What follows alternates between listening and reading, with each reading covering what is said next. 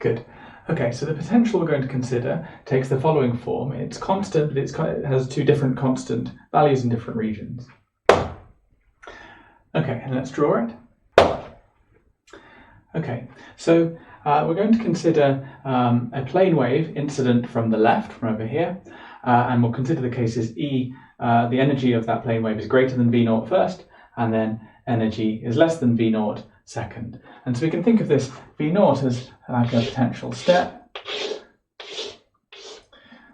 So this region here, as we'll see, is what's called the classically forbidden region. But before we get to that, let's look at what happens to just a plane wave trying to travel over the top of this.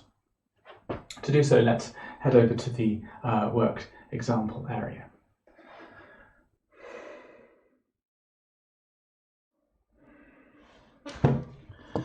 Okay, so let's get the board reproduced up there. All right, so we can label the different regions, region 1 and region 2. Let's call region 1, this one over here, where x is less than 0, and region 2, this one up here, where x is greater than 0.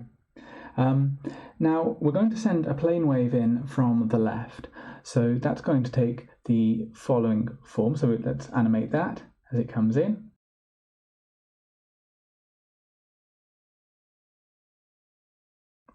And it's going to be in region 1.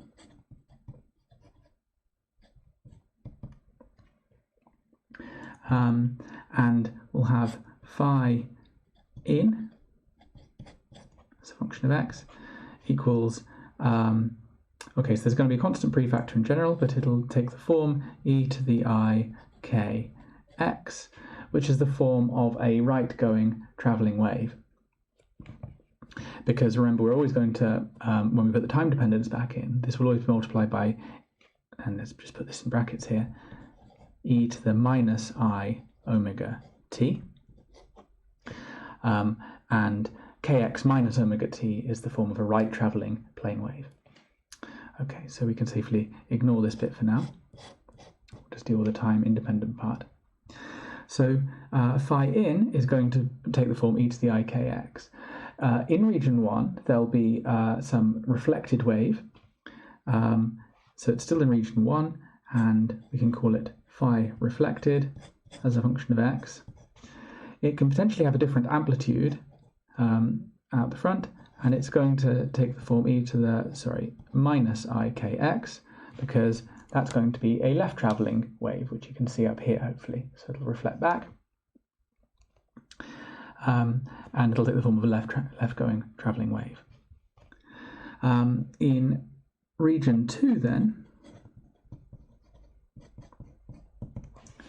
we will only have a right-going wave, because the wave was incident from the left. There's a broken symmetry just given from our starting condition of sending the particle in from the left.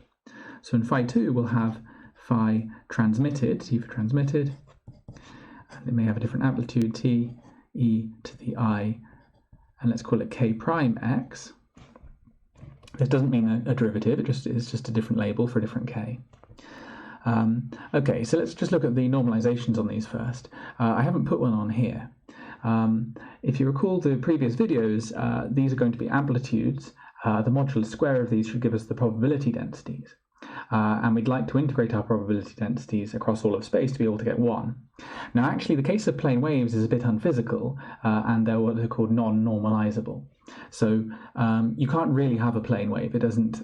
It's not a valid solution to the Schrodinger equation because those waves are not normalizable, as you can probably imagine from the fact that they exist across all of space.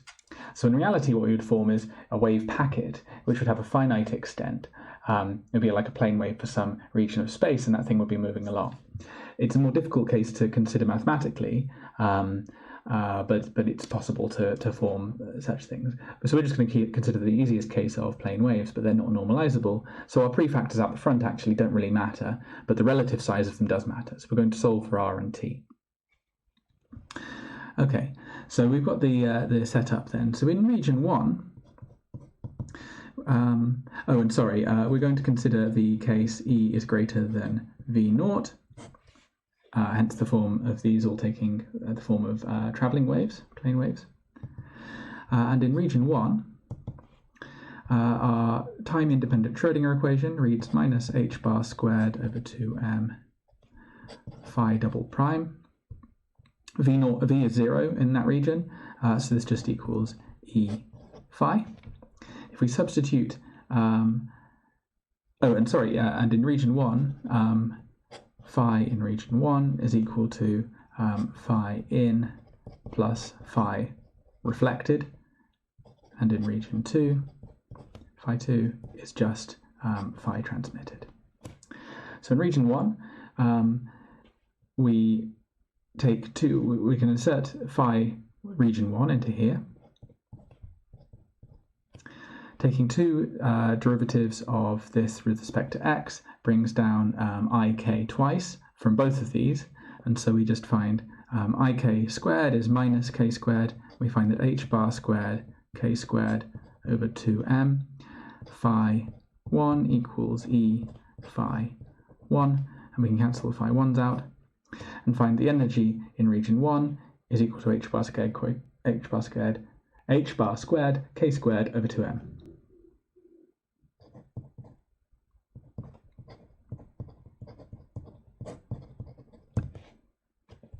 And this is in region 1.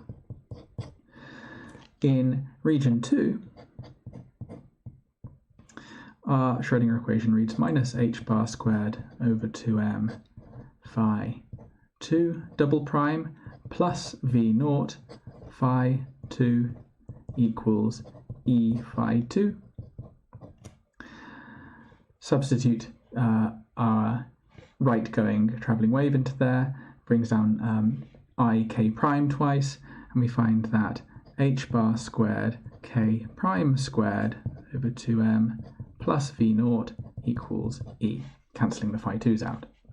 And so in this case we have that k prime is equal to multiply by 2m, take the v naught across, 2m e minus v naught, square root that, divided by h bar. Whereas from the top equation here we could have said that k equals 2m e over h bar. So k and k prime are different because of the different v values, the different potential in the different regions. Oh, sorry, you can't quite see that. Okay, so k prime and k are wave vectors, and the wave vectors are different in the different regions because of the different potentials. Okay, so good. Yes, so now what we'd like to do is to solve using our boundary conditions. So let me bring this back up here. So remember our general boundary conditions from a previous video.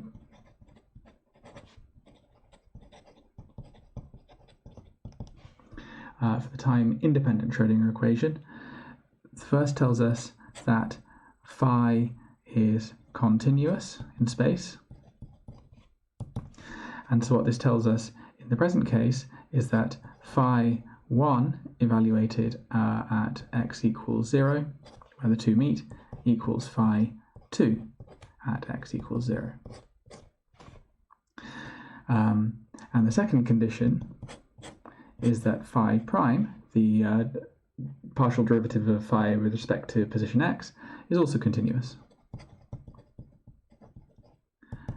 And so this gives us a condition for the derivatives, where the point where the wave functions meet, and we find that phi 1 prime, let's just write 0, equals phi 2 prime at 0. Okay, so taking condition 1 and substituting the expression for our amplitudes, we have that, so let me just show you again over here.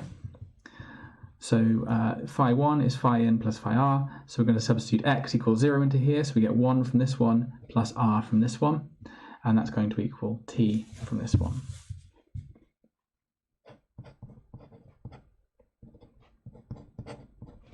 So all we're doing is substituting the expressions for the wave functions into this expression. And this is just a typo here. Okay. And for 2, we need to take the first derivative of these things. So we're going to bring down an ik from this one, minus ik from this one, and then ik prime from this one. And so we have that ik e to the ik x minus ik r e to the minus ik x, and that thing is going to be evaluated to x equals 0, is equal to ik prime t e to the ik prime x, also evaluated to x equals 0. Just taking the first derivative, and so we find, cancelling out the i's, we find that k times 1 minus r equals k prime times t. Okay, or in other words, we can say that 1 minus r equals k prime over k times t. So we now have enough to solve for the amplitudes. We have two expressions, two unknowns. Remember, k and k prime are known because they're specified by the energy and V0. And so we can take the sum of these two things to get t and the difference to get r. Okay, so we're just going to take this equation 1 and equation 2.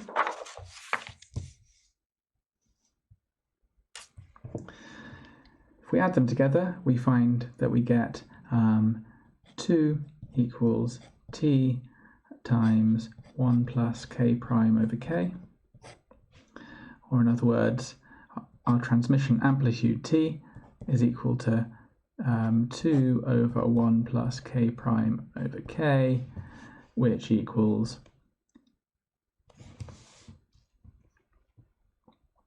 2k over k plus k prime. And taking the difference of the equations, we find that 2r equals t times 1 minus k prime over k,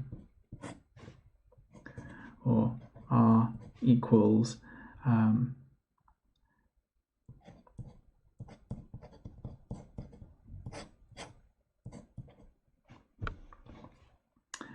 this, and we can substitute in the value of t that we just found. So this equals, the 2's will cancel, we get k over k plus k prime times, let's multiply this through, so we get k minus k prime over k, cancel the k's, and we find that r equals k minus k prime over k plus k prime.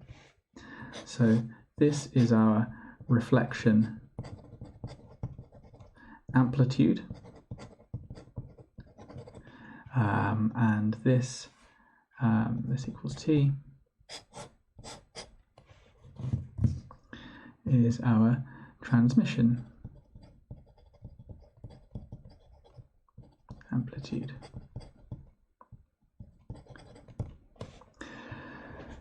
So they have something to do with probabilities, but remember they're not probabilities themselves, because amplitudes in general can be complex numbers. They have this arbitrary global phase associated with them. So to work out the probability of finding of the particle reflecting or transmitting over the top of this barrier, we need to look at something slightly different. Now, it turns out that the relevant quantity to consider is our probability current density that we saw in a previous video. So let's head back over to the board for a second and take a quick look at that.